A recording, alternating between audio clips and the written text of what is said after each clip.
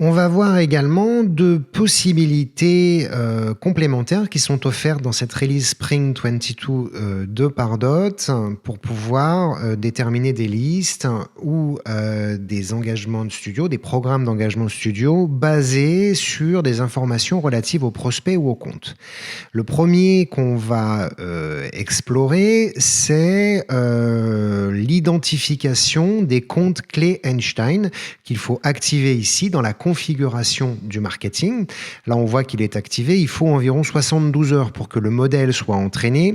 Et il faut également que vous ayez une instance dans laquelle il y a beaucoup de données. Donc, dans ce que je vais pouvoir vous montrer ici, les données seront vides, tout simplement parce qu'il faut un minimum de comptes, au moins 200 comptes avec des opportunités gagnées et 200 comptes avec des opportunités perdues.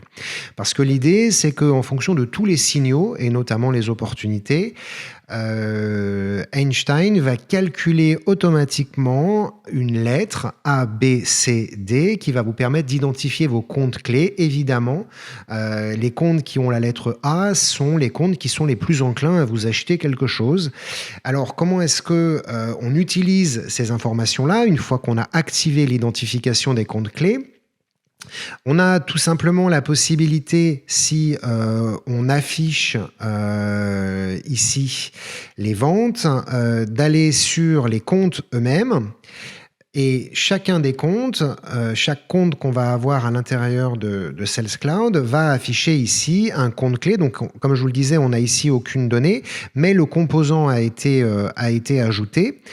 Pour ajouter le composant, rien de plus simple. On peut ouvrir le générateur ici de Lightning. Ici, on voit qu'on a déjà un enregistrement Lightning et on va avoir la possibilité de le modifier si vous ne l'avez pas encore, par exemple, pour rajouter dans une tabulation sur le côté ce composant qui doit s'appeler compte clé Einstein, et ça va vous afficher un certain nombre d'informations dont la lettre et les signaux qui ont été retenus. Cette lettre-là, elle est stockée à l'intérieur d'un champ qui va s'appeler tier, T-I-E-R, tiers en français, et pour pouvoir y accéder directement à l'intérieur de Pardot, il va falloir qu'on effectue un petit mapping que j'ai déjà effectué et que je vais vous montrer. Ici, on va se rendre dans les paramètres Pardot. Et dans les paramètres Pardot, on va créer dans les configurations d'objets, donc dans les champs de compte, puisque c'est une information qui est relative au compte, on va créer dans les champs de compte un custom field, un champ personnalisé qu'on va appeler ici niveau de compte, qui va être de type texte, qui va être synchronisé avec le champ CRM qui s'appelle tiers. Et dès lors, on va pouvoir utiliser cette information A, B, C, D ou vide si aucune information n'a été trouvée, afin de déterminer un certain nombre d'actions. Ici, on va l'utiliser par exemple pour créer une liste. Donc, on va créer une liste dynamique ici, une liste de segmentation. On va l'ajouter et on va l'appeler compte clé.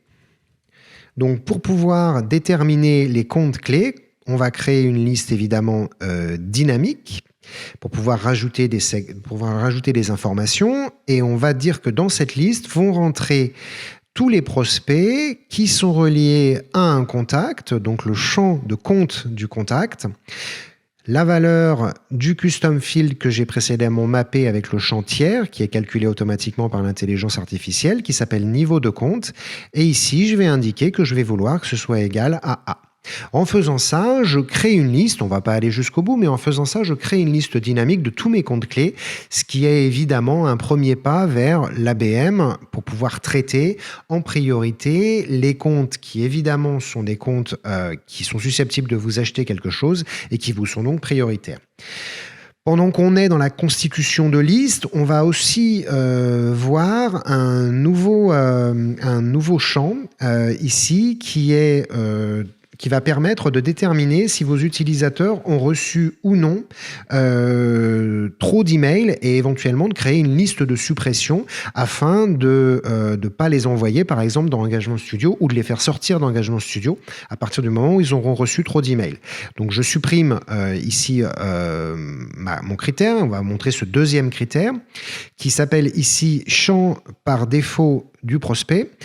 Et dans les champs par défaut prospect, on a un champ qui s'appelle Einstein Engagement Frequency. Ici, il peut avoir trois valeurs, on target, saturated or undersaturated. Si ici on met saturated, on va constituer une liste de tous les gens qui ont reçu trop d'emails et qui sont donc éligibles à ce qu'on ne leur expédie plus d'emails dans Engagement Studio ou sur un list send en les mettant par exemple en liste de suppression.